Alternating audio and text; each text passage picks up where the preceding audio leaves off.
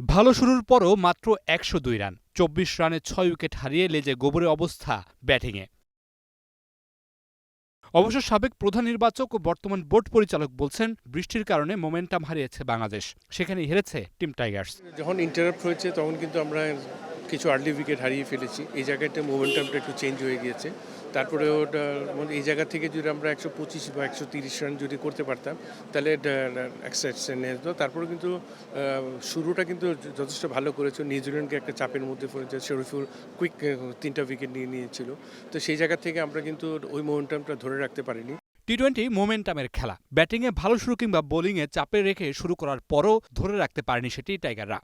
টি-20 ফরম্যাটের একটা দুইটা মোমেন্টাম কিন্তু পুরো ক্রিকেটের সিনারিওটা চেঞ্জ করে দেয়। তো আমি মনে করি যে কিছু রান কম হয়েছে, আর আমরা শুরুতে নিউজিল্যান্ডকে যেভাবে চাপে ফেলেছিলাম ওই চাপ থেকে ওদেরকে আরও চাপে ফেলতে পারিনি।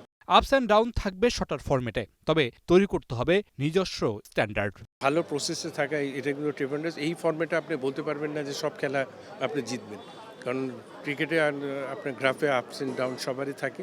তো সেইভাবে আমি চিন্তা করি যে ওইভাবে চিন্তা করলে হবে না। আপনার প্রসেসটা কীভাবে হচ্ছে, আপনার টিম কীভাবে খেলে যাচ্ছে, দ্যাটস ভেরি ইম্পর্টেন্ট।